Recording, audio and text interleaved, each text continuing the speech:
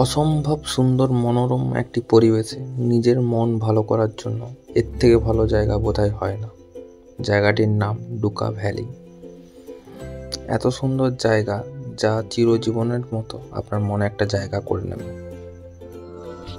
দুদিনের ছোট্ট একটি ছুটি যথেষ্ট জায়গাটি ঘুরে আসার জন্য। তো চলুন জেনে নেওয়া যাক জায়গাটা কোথায় এবং কিভাবে যাবেন। ডুকা ভ্যালি অবস্থিত কালিম্পংয়ের ডুকা নামক একটি ছোট গ্রামে। তাহলে বুঝতেই পারছেন, প্রথমে আপনাকে আসতে হবে নিউ জলপাইগুড়ি বা শিলিগুড়ি স্টেশন। সেখান থেকে আমরা বাইক ভাড়া করে নিই পার ডে 1200 হিসাবে। তার সাথে নেবে 100 টাকা আপনার নামে অথরাইজ করার জন্য এবং 2000 টাকা নেবে ডিপোজিট সিকিউরিটি মানি। সেটা আপনি বাইক রিটার্ন করার সময় বাইক চেক করে নেবে কিছু খারাপ আছে কিনা। যদি সব ঠিক থাকে 2000 টাকা ফেরত দিয়ে দেবে। বাইকের সাথে হেলমেট ওরাই প্রোভাইড করবে। শিলিগুড়ি থেকে ডুকা ভ্যালি পৌঁছানোর দুটো অপশান রয়েছে, হয় এই কালিম্পং হয়ে যাওয়া যেতে পারে অথবা এই মালবাজার হয়ে যাওয়া যেতে পারে। তো আমরা এই মালবাজারটাই চয়েস করেছিলাম যাওয়ার জন্য। সেবক থেকে বেঁকে যেতে হচ্ছে আমাদেরকে ডান দিকে করোনেশন ব্রিজ ক্রস করে। তো আমি এই রাস্তাটাই সাজেস্ট করব, এই রাস্তাটা অনেকটাই বেটার।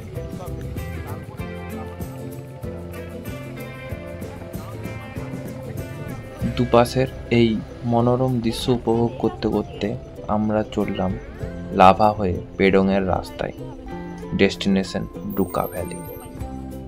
রাস্তাটা এতটাই সুন্দর যে রাস্তা থেকে চোখ বা ক্যামেরার লেন্স কোনোটাই সরানো যাচ্ছে না।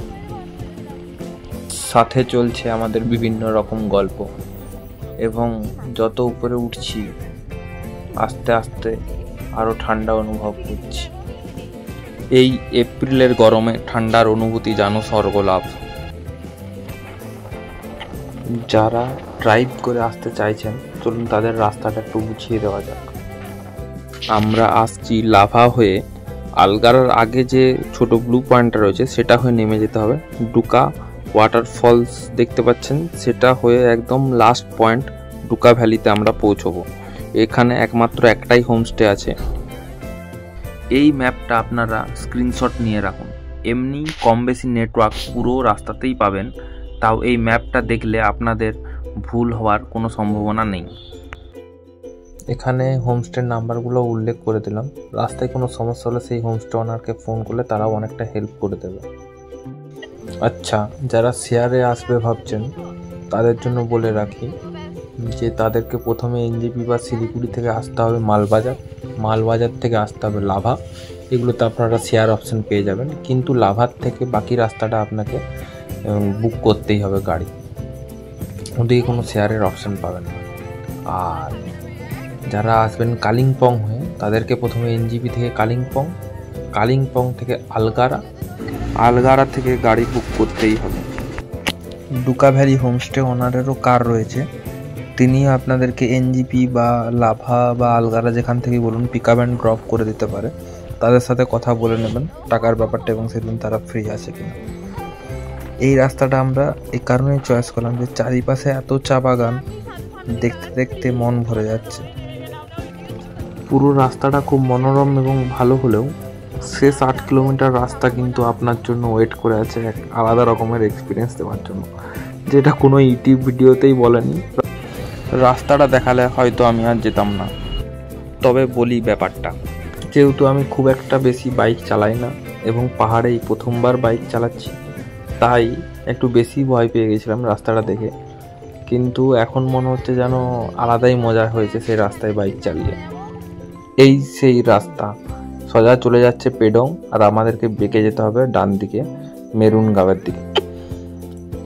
প্রচণ্ড ভয় পাচ্ছিলাম যাওয়ার সময়, কিন্তু খুব সুন্দর এক্সপিরিয়েন্স করে এসেছি। এখন বুঝতে পারছি যারা বাইক চালায় তাদের কাছে এটা কোনো ব্যাপার না। আমি খুব কম চালিয়েছি বাইক, এখনও অবধি 4000 কিলোমিটার বাইক চালিয়েছি, তাই এই রাস্তাটা হঠাৎ করে আমার কাছে খুবই ভয়ানক লাগছিল। গাড়ি বন্ধ হলে কে ঠিক করতে আসবে? আমি তো ভাবছিলাম লোকটা বলছিল যে ব্রেক পুড়ে যাবে, ওটা পুড়ে যাবে, যদি পুড়ে যায় তখন কে আসবে ঠিক করতে? এক্সট্রা করে দিলেও না যে আমরা লাগাবো বসে বসে করে।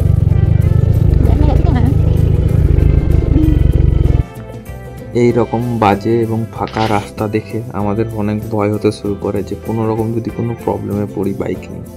তখন কার হেল্প পাবো, তাই এসব ডিসকাশন চলতে থাকে আমাদের। এই রাস্তার অবস্থা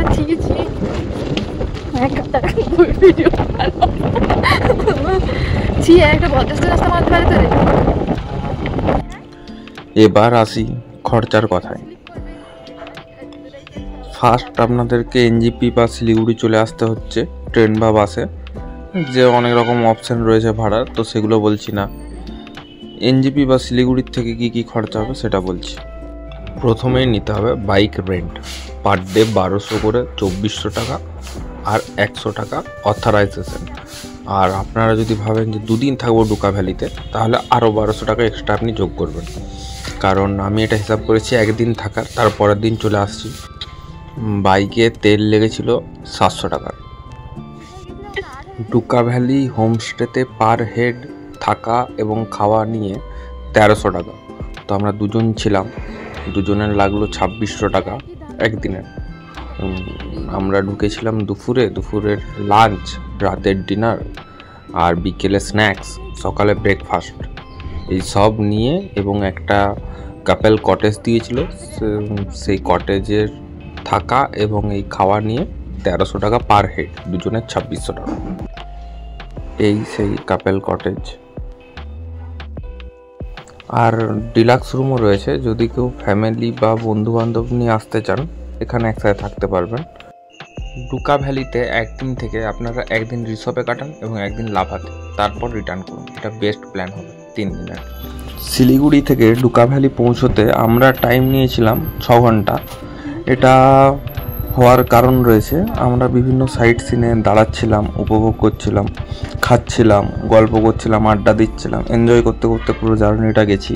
আপনারা চাইলে 4.5 ঘন্টাতে পৌঁছে যাবেন। মাঝখানে আমরা এক জায়গায় ব্রেক নিলাম কিছুক্ষণ, এই পাহাড়ি মোমো, চাউমিন, ম্যাগি, কফি এসব ট্রাই করার জন্য। এগুলো তো একদম মাস্ট করতেই হবে পাহাড়ে গেলে। ফাইনালি আমরা ডুকা ভ্যালিতে। এই ডুকা ভ্যালি জায়গাটা যতটাই সুন্দর এখানের মানুষজন, তাদের আতিথেয়তা, তাদের আপনাদের প্রতি ব্যবহার এত সুন্দর যে জায়গাটায় যাওয়ার প্রতি ইচ্ছেটা আপনার দ্বিতীয়বারের জন্য আরও বাড়িয়ে দেবে। এই লাঞ্চ এবং সকালের ব্রেকফাস্টটা বাইরে করতে একদম ভুলবেন না। এই বাইরে এত সুন্দর জায়গায় খাওয়া দাওয়া করে মনে হচ্ছিল যেন এই সিম্পল খাবারগুলোর টেস্ট আরও 10 গুণ বাড়িয়ে দিচ্ছে।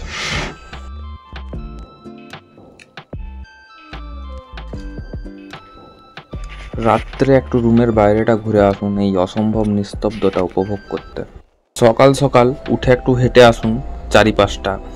হাঁটতে গিয়ে দেখলাম একটা সুন্দর গানের আওয়াজ আসছে।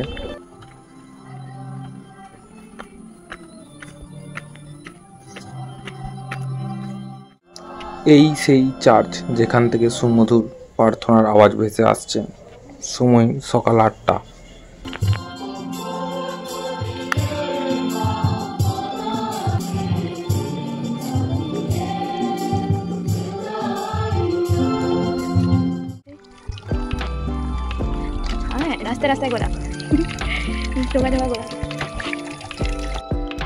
রাস্তার চারিপাশের ফুল গাছ উপভোগ করতে করতে এবার আমরা চললাম রুমের দিকে, কারণ এবার আমাদেরকে বেরোতে হবে খাওয়া দাওয়া করে। সামনেই চোখে পড়ল Duka tribal junior high school. এই জায়গাটা একটু ঘুরে এবার আমরা চলে যাব রুমের দিকে। ওনারা ওয়েটই করছিলেন আমাদের আসার। আমরা আসা মাত্রই চা দিয়ে দিলেন। আমরা খেয়ে এবার রেডি হওয়া শুরু করলাম।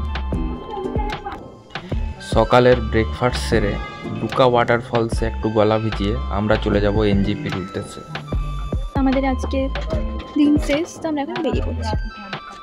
রেডি।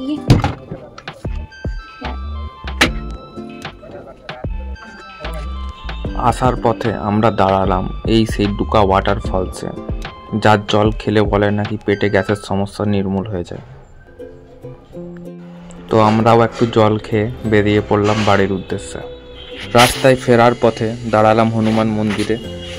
এই দৃশ্য উপভোগ করার জন্য একটু দাঁড়িয়ে যাবেন, এবং সামনেই রেস্টুরেন্ট আছে, এখানে কিছু খাওয়া দাওয়া করে তারপর এগিয়ে চলুন এনজিপির উদ্দেশ্যে।